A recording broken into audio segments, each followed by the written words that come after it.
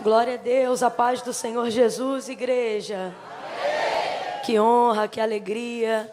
Eu estou tão feliz de estar aqui nessa noite. Eu quero render graças ao Senhor por essa oportunidade.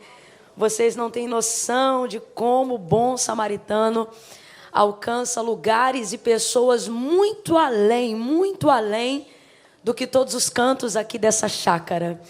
Dá uma olhada para quem está ao seu lado e diga para essa pessoa: você está indo longe. Eu creio que tem gente aqui com entendimento profético acerca das coisas que eu estou falando agora. Olhe para quem está ao seu lado e diga para essa pessoa: já comentam o seu nome. Em lugares que você não sabe, em mesas que você não se assenta, mas o Senhor tem dado bom testemunho do seu nome lá. Glória a Deus. E esse é o testemunho do bom samaritano. Um testemunho onde o Senhor é bom nesse lugar. Glória a Deus. Ele é bom em todo canto, né? Mas o bom samaritano também tem dado um bom testemunho dessa bondade de Deus através da vida dos irmãos que trabalham aqui. Eu estou muito honrada, eu estou muito alegre com o Senhor e feliz demais. É muito bacana quando você vê um lugar sempre pela internet e aí você vai tendo aquela coisa no seu coração: meu Deus, será que um dia eu vou estar lá? Será que um dia eu vou ver? Ah, Senhor, que vontade, né? Mas eu estava falando com os rapazes ali dentro, um material aqui de mídia do Bom Samaritano, e eu disse o seguinte: tem lugares que você vai e tem lugares que Deus te envia. E isso depende do propósito do lugar. Tem lugar que qualquer pessoa pode chegar a qualquer hora, de qualquer jeito. É um lugar.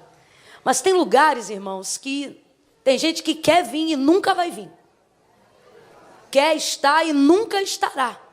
Porque tem lugares que são tão consagrados que Deus seleciona o critério.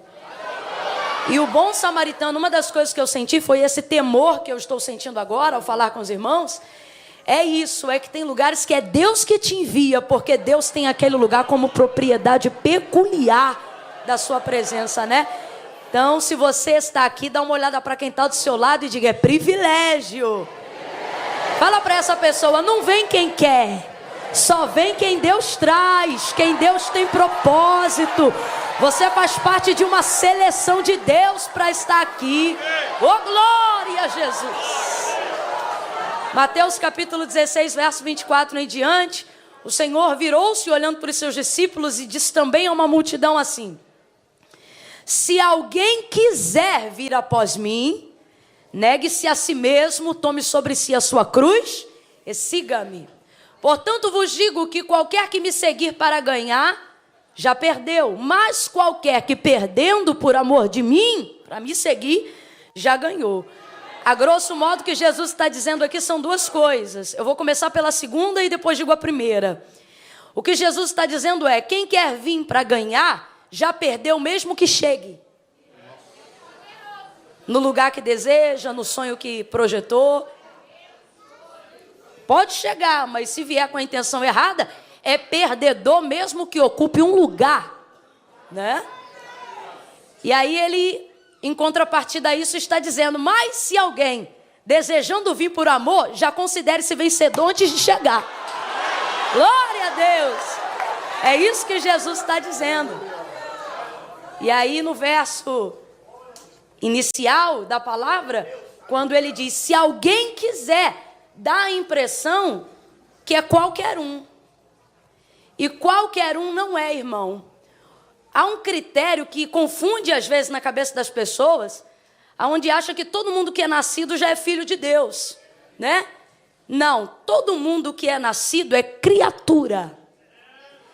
Para ser filho, está aqui na cartilha. E a todos quanto receberam, quem? O Filho, deu-lhes com ele o direito de serem chamados filhos de Deus. Filhos de Deus. Então é por isso que Jesus vai dizer: se alguém quiser vir após mim, sabe o que ele está dizendo? Pode vir alguém que entende que não é qualquer coisa, que não é qualquer um, que consiga compreender que mesmo estando na pior situação do mundo, na situação mais adversa do mundo, ainda pode vir e diante de Jesus será considerado um alguém. Eu não sei para quem, eu ainda não comecei a ministrar, mas o Espírito de Deus está fluindo aqui, né? Através dos louvores, das palavras de oração. E Ele está dizendo para alguém, você entrou hoje aqui como um qualquer, mas estar hoje aqui é uma das maiores provas que você faz parte de uma seleção criteriosa da escolha de Deus. Olha para essa pessoa e diga para ela, você é alguém. Não, você não falou, você ficou sem graça. Pega na mão dela aí debaixo desse calor, dessa temperatura alta. Pega na mão dessa pessoa. Faça essa pessoa perceber que ela não veio fazer uma social hoje aqui. Você está vendo alguém distribuir coxinha de galinha? Você está vendo alguém distribuir refrigerante aqui dentro do lugar de adoração enquanto o culto acontece? Não, porque isso não é um encontro social, é um lugar de propósito. Segure a mão dela, não solta não. Segure a mão dela e diga para esta pessoa, você é alguém. Entenda isso. Você é alguém. Aleluia. Glória a Deus. Glória a Deus. Se é para aplaudir, vamos todo mundo junto e com vontade. E mistura com glória a Deus e aleluia. Porque barulho de crente pentecostal é glória a Deus e aleluia. Glória a Deus.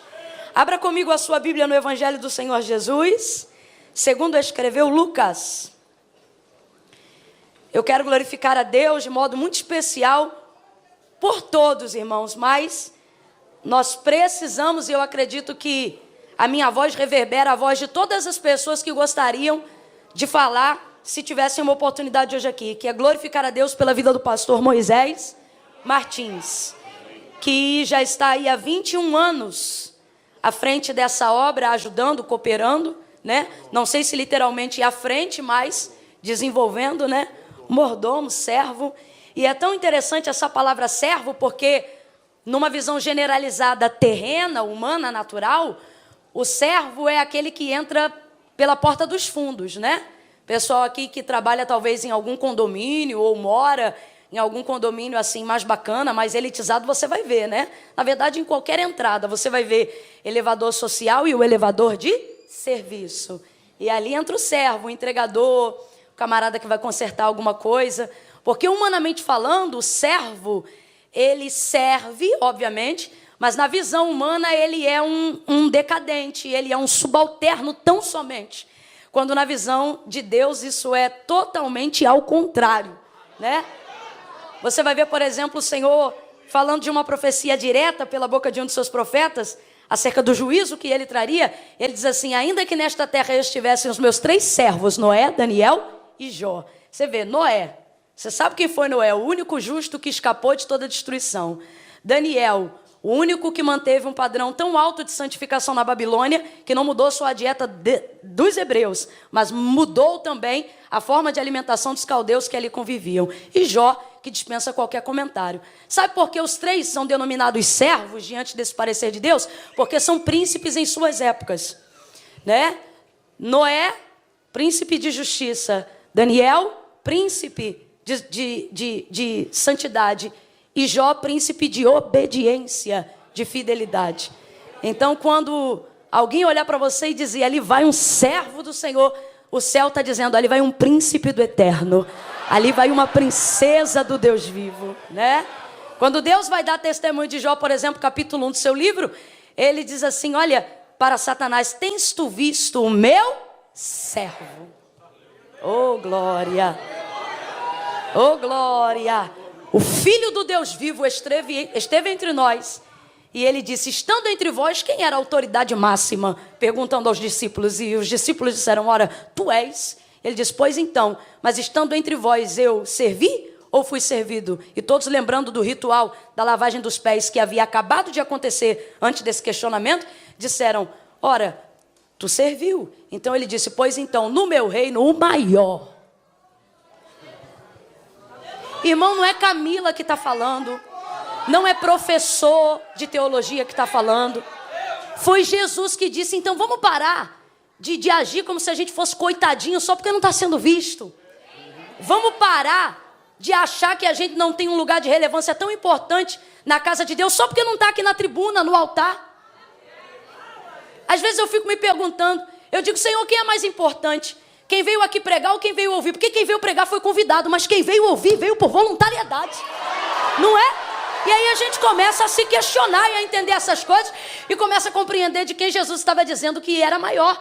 Às vezes o Senhor disse assim para você, olha meu filho, eu vou te colocar entre os príncipes da terra. E você acha que essa palavra só vai se cumprir quando você estiver diante de gente da república, diante de gente do governo, diante de algum príncipe da Arábia Saudita. E se eu disser que você talvez já está sentado diante de alguma grande realeza, diante de alguém que Deus tem autoestima?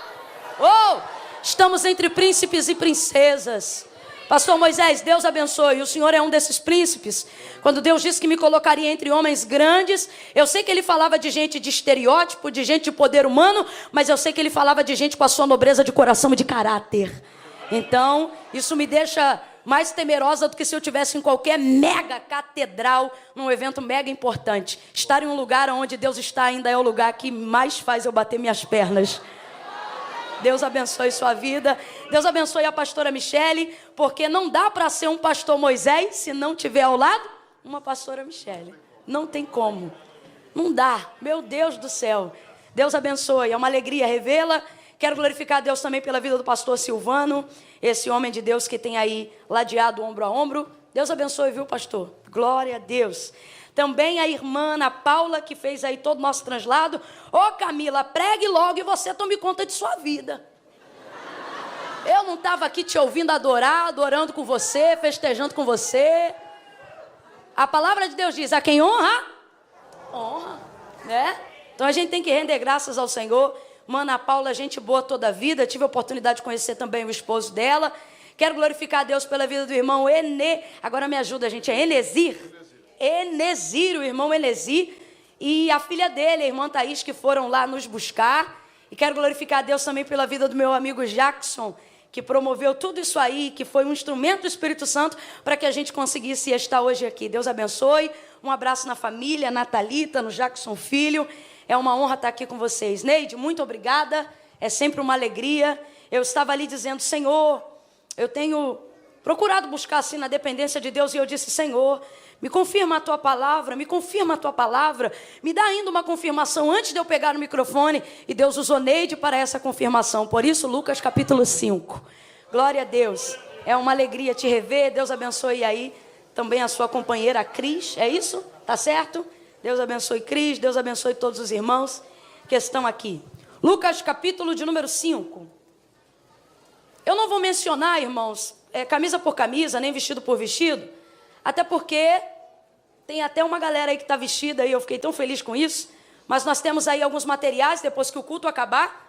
Não sei como vai ser, porque se não pega sinal de internet, eu não sei se a gente sobe em algum monte para pegar na máquina. Ah, tá, parece que tem um segredo do Wi-Fi para a gente ter vitória. Então, quando acabar vai ser liberado, porque aqui tem tudo, né? Ordem, não adianta ir lá agora que não está liberado. É segredo, tem hora para revelar. Né? E aí vai estar lá esse aqui, ó, o vestido fé, o compridão aqui do leão, que é um pretinho básico, com o leão bem coloridão aqui na frente. Isso aqui, irmãos, botou um tênisinho, derruba 10 anos em qualquer idade.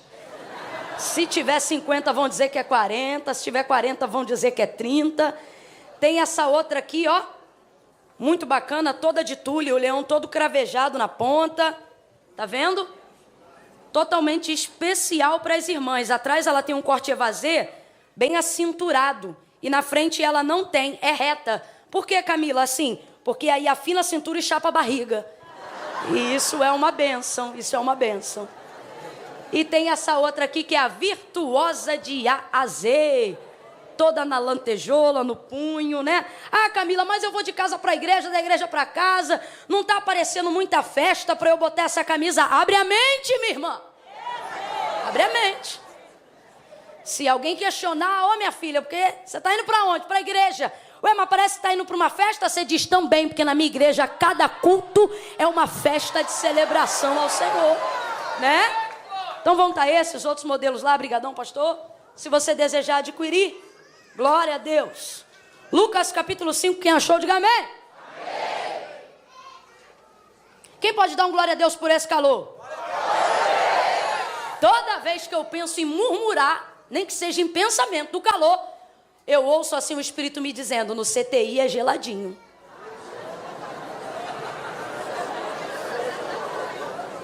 Quem pegou? Quem estava murmurando em pensamento até se auto-repreendeu agora. Não disse nem o Senhor, disse eu mesmo me repreendo. Tá calor, mas tá bom, irmão. Estamos com saúde, estamos de pé. Estamos na casa de Deus. E quem já estava murmurando em pensamento, Camila, estou de pé até agora. E quem chegou e não sentou nenhum momento? Então, vamos dar glória a Deus, né? Lucas capítulo 5, verso 1 em diante, diz assim o texto sagrado. Apertando a multidão para ouvir a palavra de Deus, estava ele junto ao lago de Genezaré. E viu 2 barcos. Quantos barcos, gente? Quantos barcos Jesus viu? Quantos barcos? E viu 2 barcos à beira da praia do lago. Mas os pescadores, havendo desembarcado, lavavam as redes. Entrando em um dos barcos, que era o de Simão, pediu-lhe que o afastasse um pouco da praia e, assentando-se, ensinava do barco a multidão. Quando acabou de falar, disse a Simão: faze-te ao mar alto e lançai as vossas redes para pescar. E respondeu-lhe Simão: mestre, havendo trabalhado toda a noite, nada apanhamos, mas sobre a tua palavra lançarei as redes. E fazendo assim, colheram uma grande quantidade de peixes, de modo que a rede se rompia. E fizeram sinal aos companheiros que estavam no outro barco, para que fossem ajudá-los. E eles foram e encheram ambos os barcos, de maneira tal que quase iam a pique. Diga comigo, quase. Oh, diga de novo, quase. Olha para alguém, levanta esse dedo, não é para apontar para a pessoa não, é quando acontece uma coisa assim tão grande que a gente aponta assim para o alto mesmo, tipo, se não for ao Senhor, sabe? Quando eu disser 3, você vai olhar para quem está ao seu lado e vai dizer para essa pessoa, quase. Mas calma que eu não contei até 3 ainda, tá bom? No 3, quando eu disser 3, você vai dizer quase. Porque Deus nos trouxe aqui nessa noite, entre tantas coisas que já tem revelado ao nosso coração, Ele veio aqui para colocar um quase no seu testemunho. Um quase na sua história de vida. Porque alguém está entrando aqui tão desesperado, tão agoniado, com a sensação de que 2020 será pior do que 2019. Só que o Senhor está dizendo para alguém hoje aqui, ei, eu vou colocar um quase. E o que é um quase, irmã Camila? O que é um quase, gente? Um quase é quando algo chegou tão perto de concluir, de findar como se desenhava, que você pensa, não tem mais jeito. Aí o Senhor vai lá e coloca um. Significa passou perto, mas não foi. Significa bateu, mas não estragou. Significa brigou, mas não divorciou. Significa deu problema no parto, mas nasceu. Significa estava difícil, mas não faltou comida. Significa estava na maconha, foi para o crack, mas vai ser regenerado inteiramente. Significa pensou que não tinha ministério, mas voltou a cantar. Significa largou tudo durante 3 meses, mas voltou para adorar. Quando eu disser 3, testemunhos aqui serão mudados pela força de um quase que será introduzido pela vontade do Senhor. Alguém vai olhar para você e vai dizer assim, menina, mas você não estava separada? Você vai dizer, não, foi quase, mas Jesus entrou com providência. Alguém vai voltar aqui nesse centro de recuperação, vai ver alguém esperneando, dizendo que ia embora, e quando voltar, vai ver essa pessoa se tornando supervisor, e vai dizer, ora, no dia que eu vim aqui, você falou que ia embora, pois então, eu estava muito chateado, foi quase, mas hoje eu estou ajudando a supervisionar o restante dos irmãos. Quando eu disser 3, você vai dizer, um quase não é um fim. Amém?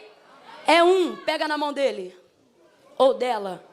É 2, não faça disso um momento esquisito, todo mundo aqui vai ter que tomar banho depois desse culto. Então segura a mão, suada ou não. 2,5, sacode essa pessoa. E diga para ela, vem aí um quase. E não um fim. Sacode ela e diga, haverá um quase, mas não um fim. Oh, quem acredita nessa palavra, quem recebe essa palavra, Senta dando glória a Deus, você que pode sentar-se. Ô glória! Ô glória! Aleluia! Oh, aleluia! Glória a Deus! Glória a Deus! É de Deus.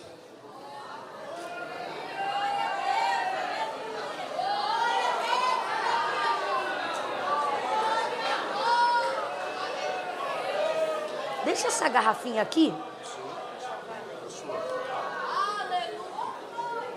Vocês vão escandalizar seu bebê na garrafa, gente? É para poder facilitar, entendeu? A dinâmica na hora do, né? Glória a Deus.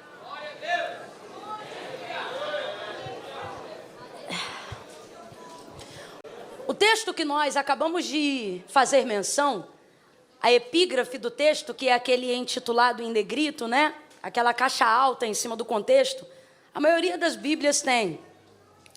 Vai trazer a narrativa do título da seguinte maneira: a pesca maravilhosa, né? A maioria das que estão aqui, independente de sua tradução.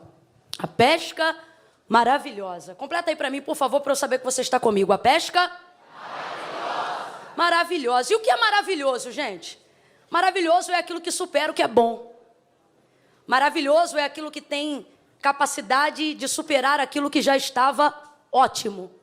Então, quando você quer arrumar uma palavra para maximizar aquilo que é além de bom, maximizar aquilo que é melhor do que ótimo, você diz: nossa, foi maravilhoso. Não é um adjetivo comum, não é uma palavra qualquer. Tanto é que o próprio Senhor, pela boca do profeta Isaías, assim como também do profeta Jeremias, vai fazer uso dessa palavra, dizendo: visto que o meu nome é maravilhoso. Óbvio que Deus é bom, Deus é mais que bom, tudo que Ele faz é bom, Deus é muito bom. Mas quando você quer realmente exaltar a Deus, você só não diz Deus é ótimo, você diz Deus é maravilhoso. E o que é, gente, ser maravilhoso e viver algo maravilhoso? É viver algo que rompe as margens de qualquer necessidade.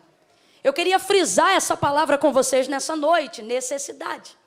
Por quê? Porque com o passar dos anos, com o passar do tempo, as pessoas começaram a desenvolver uma mentalidade muito apequenada sobre o Evangelho. Em que contexto? Por exemplo, na ideia de que milagre só pode ser provocado mediante uma necessidade. Isso é apequenar o Evangelho. É você desenvolver nas pessoas uma mentalidade de que para haver milagre tem que haver extrema necessidade, de que para ficar bom tem que ficar muito ruim. Eu não estou dizendo que isto não é uma verdade, eu só preciso romper as cercas da nossa mentalidade para dizer que esta não é a única verdade e não é toda a verdade. Não é toda a verdade. Por exemplo, a condição aqui é onde nós lemos de Lucas 5. Nós estamos falando de uma empresa de pescadores. Nós estamos falando de homens envolvidos no ramo da pesca, nem 1, nem 2, nem 3 anos. Mas é um ofício, é uma vocação quase que de nascimento, passada de pai para filho. Então responda para mim, casa de pescador envolvido no ramo da pesca, tem peixe naquela casa, sim ou não, gente? Sim ou não, gente? Será que não tem peixe estocado naquela casa? Será que não tem peixe no sal naquela casa? E não venha para cá descontextualizar a época porque não tinha geladeira. Porque tem gente aqui que é da época do cruzeiro, que também não teve o privilégio de ter geladeira na década de 60, na década de 70, e nem por isso deixava de ter mantimento dentro de casa. Guardava as coisas em lata, lavava a lata, salgava as coisas. Como é que eram transportadas as carnes naquela época entre os navios, conservados no sal? Poder para a purificação, para a conservação, inclusive é algo muito utilizado aqui na palavra de Deus. Então, compreendendo tudo isso, me responda de modo objetivo. Tinha peixe na casa de Pedro, sim ou não? Sim. Tinha e não era pouco, gente, por mais que eles tivessem a condição de estar sempre buscando um pescado fresco. Então, preste atenção. Primeira coisa que nós vamos compreender é que o milagre que ocorre aqui, que é o milagre da pesca maravilhosa, e por que milagre? Porque estava debaixo de uma direção e só foi realizado porque esse povo se submeteu à palavra, então é um milagre. Mas ele não está girando somente em torno de uma necessidade. Sobretudo, ele não está girando somente em torno da necessidade de Pedro. Nós precisamos começar a compreender uma coisa, e isso vai ampliar a quantidade de milagres e a maneira de Deus realizar mais milagres do que aqueles que nós já temos visto em nossos dias. Então, primeira coisa que eu preciso derrubar do meu entendimento para que haja milagres na minha casa. Primeira coisa que eu preciso derrubar no meu entendimento para que haja milagres na minha vida. Primeira coisa que eu preciso derrubar no meu conceito religioso, eclesiástico ou teológico é a compreensão de que eu não posso pegar um evangelho tão grandioso como esse, uma palavra tão poderosa como essa, e apequená-la a suprir somente necessidades. Não é só para os necessitados, por mais bem-aventurados que estes sejam. Não é só para os pobres, por mais bem-aventurados que esses sejam. A palavra do Senhor é fiel, João capítulo 3. Você conhece, é o texto áureo da entrega do Filho de Deus. E Deus amou o mundo de tal maneira. O que é tal, gente? Um vocábulo utilizado para expressar aquilo que não pode ser medido. Tal é muito, ou seja, amou tanto, amou muito, amou de maneira imensurável. E Deus amou o mundo de tal maneira que entregou o seu Filho unigênito para que todo, diga comigo, todo. Diga de novo, todo. Para que todo aquele que nele crê não pereça, mas tenha vida eterna. Não é só para os crentes, não é só para os pobres, não é só para os analfabetos, não é só para um nicho, não é só para uma panela, é para todos. Foi por todos, por amor de todos. Foi pelos que creem e pelos que não creem. Foi pelos que receberam e pelos que ainda não receberam. Foi pelos que o amam e por aqueles que ainda não o acreditam. Foi por todos. Foi por todos. Se a entrega foi por todos, a palavra se manifesta de igual forma a todos. A maneira de receber que é diferente. Então volte lá para a narrativa do capítulo 5.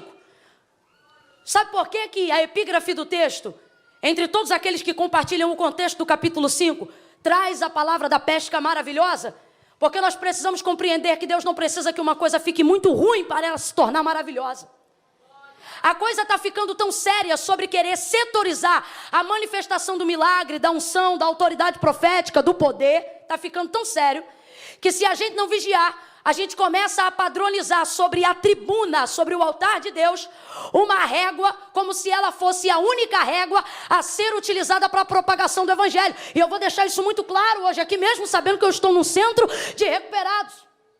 Isso precisa chegar ao nosso entendimento.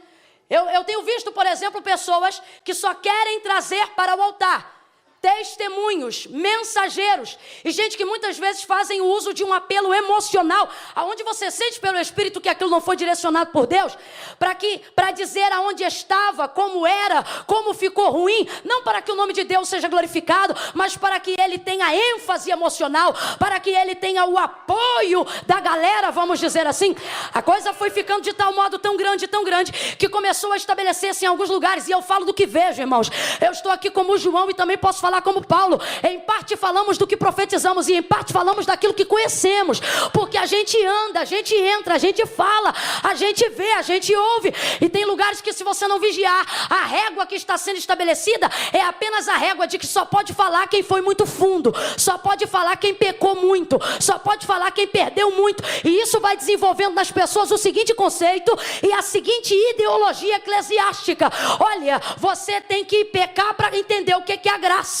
Você tem que ficar muito mal para entender o que é ser muito bom. Você tem que ir para o mundo para conhecer o privilégio de estar aqui. Eu tenho a oportunidade de me relacionar com gente de 12, 13, 14. Deus tem me dado graça na galera mais teen e no pessoal um pouco mais maduro. E sabe o que a gente vê? Eu via na minha época de mocidade essa régua ficando tão colocada entre os altares para que haja, para que seja ovacionado, para que todos vejam, para que seja considerado.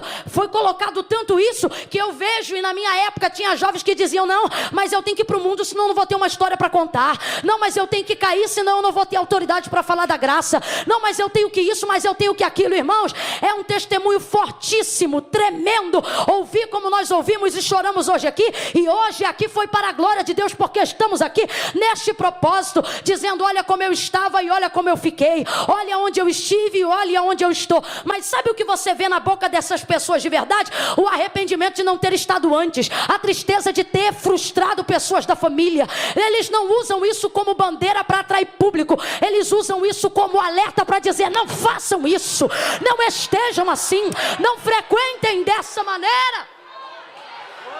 Eu tenho medo de gente que, ao ser questionado depois de uma vida, regressa fora do evangelho. Ao ser questionado: você se arrepende de alguma coisa? Eu tenho medo de gente que responde: eu não me arrependo de nada. Eu tenho essa preocupação, eu tenho pavor.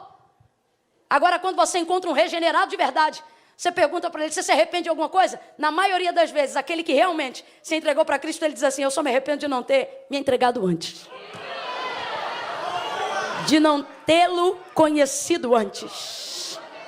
E com isso vai se desenvolvendo essa régua, achando que tem que ficar muito ruim para poder saber o que é bom, achando que tem que ir muito embaixo para poder estar no alto, como se essa fosse a regra máxima. Presta atenção, eu não vim aqui dizer que necessidade não provoca milagre. Eu só vim aqui ampliar o nosso entendimento pelo Espírito Santo de Deus, para que a gente não comece a andar como essa gente pequena que acha que só necessidade é que provoca milagre. Não é só necessidade que provoca milagre. Preste atenção, quando Jesus chega à beira do lago de Genezaré, Jesus não está ali motivado apenas por uma necessidade, sobretudo uma necessidade de Pedro, que é um pescador e obviamente tem uma demanda para saciar a casa quando lhe falta peixe na rua. Mas nós vamos ver outras lições aqui. Por exemplo, olha como a nossa mentalidade sutilmente está diminuindo a entrega do Evangelho de Cristo, baseado somente numa necessidade. Nós temos em nosso meio pessoas que só acham que o estereótipo da unção é um estereótipo empobrecido.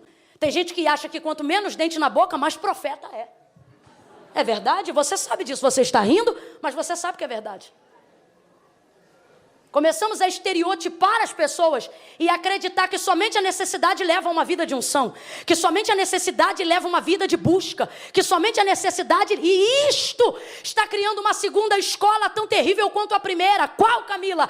A ideia de que se eu busquei por necessidade uma vez saciado, diminui o fluxo da busca, porque quem busca acha.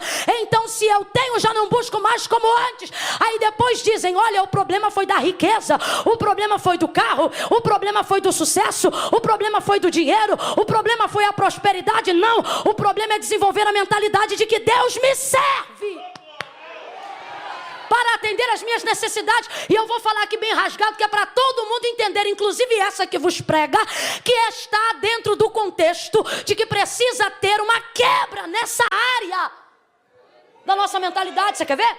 A gente lê, por exemplo, Filipenses capítulo de número 3, na parte que diz: porque o meu Deus, segundo as suas riquezas, suprirá todas as nossas necessidades em glória por Cristo Jesus, o seu Filho. Eu vou reproduzir mais uma vez, fidedignamente, como está escrito no texto.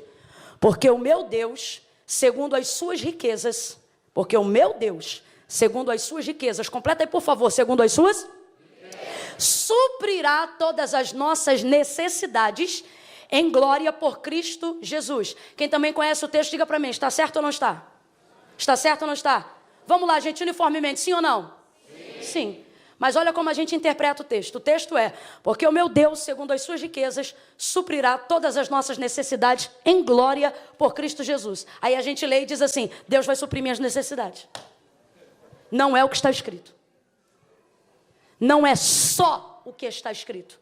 Primeira coisa que está escrito: que mais do que você tem necessidade, Deus tem riqueza. Deus não está dizendo: vou suprir suas necessidades de acordo com as suas necessidades. O que está lá no texto é: vou suprir as suas necessidades de acordo com as minhas riquezas. Vai ouvindo aí, vai ouvindo.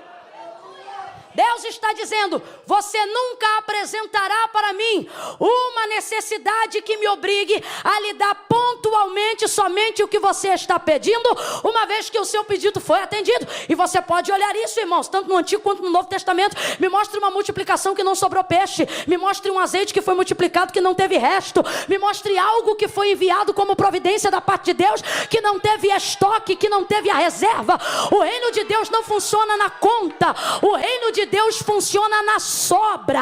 Você tem que entender que isto é uma verdade. Nós vamos ver a manifestação do reino de Deus sendo compartilhado por parábolas pelo próprio Jesus. Aí vamos lá, só para as virgens, para a gente ganhar tempo. 10 virgens, 5 loucas, 5 prudentes. Quantas têm azeite? 10, vamos lá. Quantas têm azeite? Quantas têm azeite? Quantas dormiram? Não, 10. 10 dormiram, 10 têm azeite, 10 estão na porta. Complete aí para mim, por favor. 10 têm azeite. 10 têm? 10 têm? As 10 estão na frente da? As 10 estão na frente da? E as 10? Aonde você vê quem é louco e quem é prudente? Na porta todo mundo é igual? No azeite todo mundo tem, e o sono chegou para todos. Mas à meia-noite ouviu-se o clamor. Aí veio o esposo, a porta se abriu e quem entrou? As prudentes. Por quê? Porque não faziam... Não, porque o texto diz que elas tinham azeite na reserva. Pega na mão de alguém e diga: se você é do reino. Diga: tá fraco. Se você é do reino, aprenda. O reino que dá, também dá de sobra. Não, você não vê milagre limitado. Por quê? Porque o reino de Deus não é reino de Deus somente para suprir minhas necessidades. Eu vou falar mais rasgado ainda. Crente que só traz para a igreja boleto de conta. Crente que só apresenta na mesa do círculo de oração a pasta com os boletos. Irmãos, eu já fiz muito isso. Passamos por muitos momentos de privação na minha vida de solteira. E eu me lembro que minha mãe colocava a conta de energia dentro da pasta porque tinha aviso de corte. E a gente numa situação muito difícil colocava na mesa de oração. E ali Deus respondia. Só que à medida que eu fui conhecendo que se Deus é poderoso para dar arroz, que se Deus é poderoso para dar feijão, Deus também é poderoso para quebrar a cadeia de miséria e dependência na minha vida.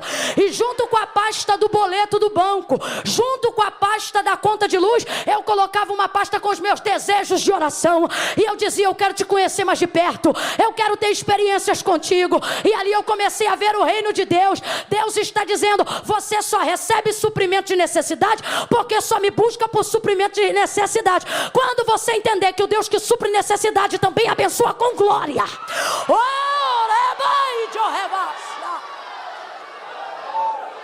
Assim, aí você vai entender o que de fato e de verdade provoca, o que de fato e de verdade mexe com Deus, o que de fato e de verdade lhe inspira a ousadia para realizar milagres. Se eu te disser hoje aqui que você não precisa ir à beira do suicídio para ter alegria de vida.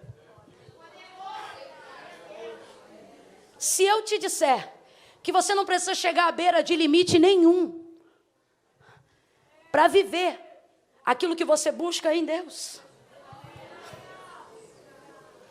Não estou dizendo que Deus não leva, eu só quero quebrar aqui a ideia de que isso é regra para a manifestação da operação de Deus. Aqui, meus irmãos, nós vamos ver a motivação que é a qual que sempre motiva Jesus a fazer milagres. Qual? Glorificar o nome do Pai. Segunda coisa que você precisa aprender para compreender sobre a vida de quem Deus manifestará milagre. Comece a renegar, disciplinar, rejeitar dentro de si mesmo a ideia de que milagre é por merecimento. Quem determina quem recebe e quem não recebe milagre.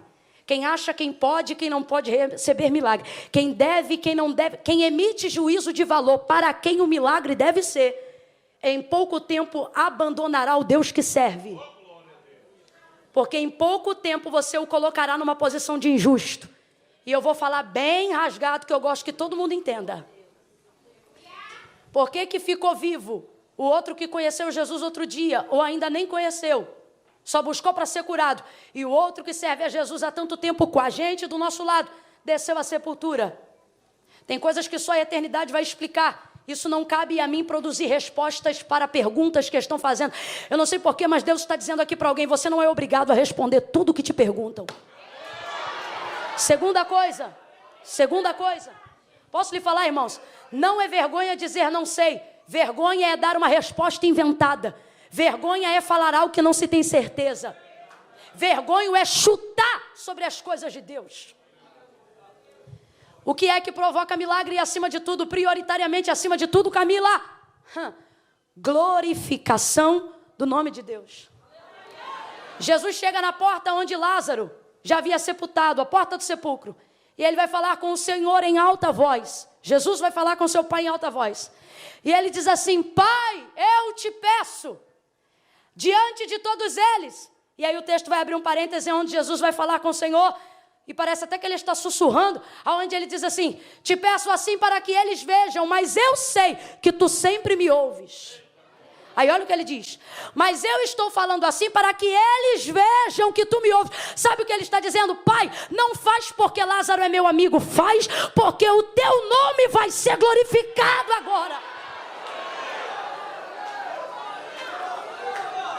Se for para glorificar o nome de Deus, se não for para bater dedinho no monte e dizer: Deus, mostra que eu sou isso e que fulano é aquilo, mostra que eu estou certo e fulano está errado. Ô irmão, se for para isso não vai acontecer nada. Agora, se ao invés de levantar dedinho para o céu, você botar a boquinha no pó e começar a dizer: Deus, faz para a glória do teu nome, faz para que tu sejas conhecido, faça para que tu seja engrandecido, faça para que eles vejam que eu tenho um pai, faça para que eles vejam que eu tenho um Senhor, faça para que a minha família te tema, faça para que meus amigos te reconheçam, faça para que o meu bairro saiba que tu és, é para a glória do teu nome.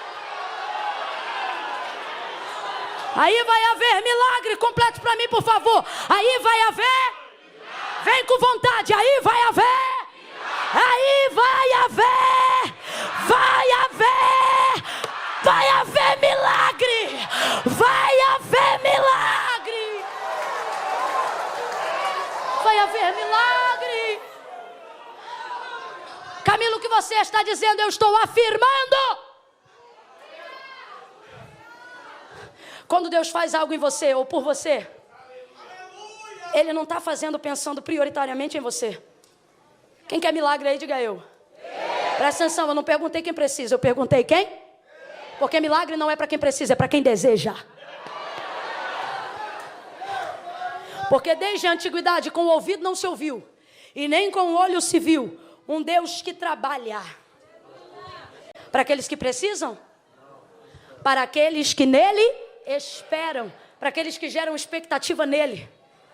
Para aqueles que desenvolvem uma espera nele.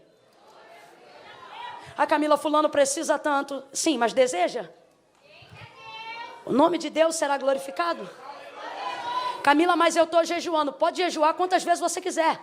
Outra coisa que precisa ser rasgada aqui agora é misticismo religioso. É achar que teu jejum obriga a Deus a te dizer não se Ele disse sim. Ou achar que o teu jejum obriga a Deus a dizer sim quando Ele quer dizer não. Jejum não muda a resposta de Deus. Jejum muda a minha condição de receber a resposta que Deus liberou para mim.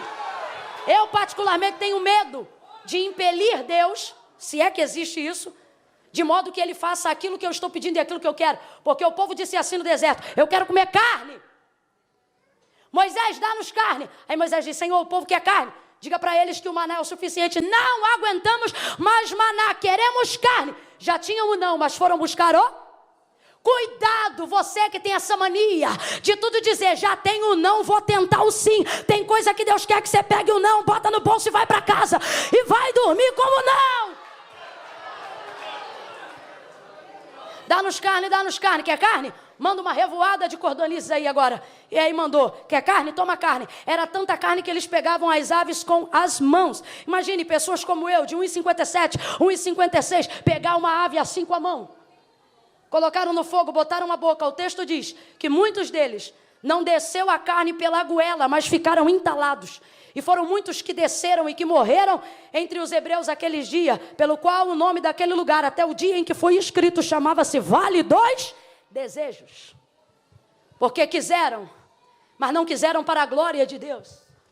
Quiseram, mas quiseram para atender a sua própria vontade. Quando eu desejo um milagre, preciso que esse milagre seja para a glória de Deus. Camilo, o que você está dizendo? Já vou dar continuidade no texto. Mas essa mentalidade vai ser quebrada hoje, em nome de Jesus. E numa boa, meu irmão, Deus sabe, eu não tenho compromisso com a atmosfera de culto. Se o culto terminar com a cadeira voando sobre a sua cabeça, glória a Deus. Mas se não virar do lado de fora, mas mudar sua atitude do lado de dentro, eu já fui bem sucedida nesta noite para a glória de Deus. Não é só necessidade que provoca o milagre. Não. Quando Deus decide realizar um milagre, a primeira pessoa que ele está pensando é nele. E se isso te ofende, é porque você já não sabe a quem está servindo. Se isso te diminui, se tu se sentes menos amado por esta declaração, isto já mostra que não compreendeste o amor de Deus. Quando Deus faz um milagre na minha vida, não é somente em mim que Ele está pensando, não é prioritariamente em mim que Ele está pensando. Não, Camila, não, é nele. Ele também não está pensando em ser vingado diante dos seus adversários. Ele também não está pensando em ser notícia do Jornal das 9. Ele também não está pensando em ser manchete da capa do jornal e nem caixa alta do YouTube. Quando Ele faz milagre, Ele faz movido por uma intenção. Qual? Dele, nele, por Ele e para Ele são todas as coisas, porque dele, nele e por Ele são todas as coisas, porque dele, nele, por Ele e para Ele são todas as coisas.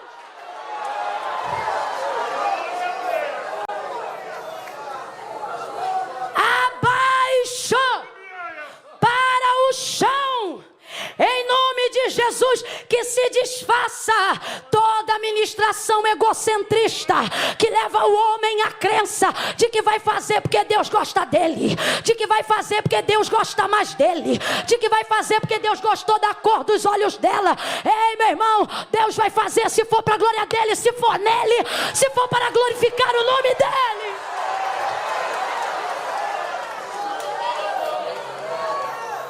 Olha para quem está do seu lado e diz: por Ele. Está fraco, sacode aí pelo menos 3 e diga: é por Ele, é por Ele, é por Ele, é por Ele, é por Ele. Quer ver Deus salvar seu pai? Ame a Deus mais do que o seu pai. Quer ver Deus salvar seu filho? Ame a Deus mais do que o seu filho. Quer ver Deus mexer na tua casa? Ame a Deus mais do que sua casa. Quer ver Deus trocar do seu carro? Ame a Deus mais do que seu carro. Ande nele, se mova nele, pregue para Ele, adore a Ele, cante o nome dEle, engrandeça pois a Ele, viva para a glória do nome dEle, e Ele se moverá em sua direção, para que o nome dEle seja glorificado. É por Ele, é para Ele, é por Ele. Aleluia, aleluia.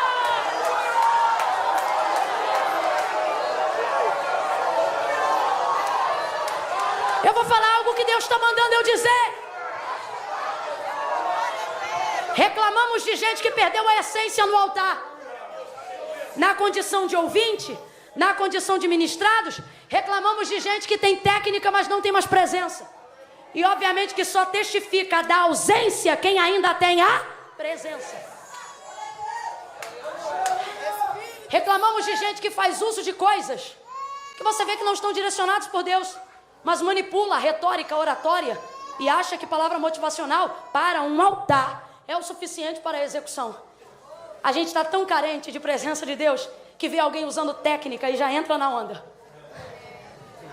Quando antigamente isso era muito difícil de ver no nosso meio, Por mais que não tivesse tanta oratória, retórica, vernáculo e traquejo.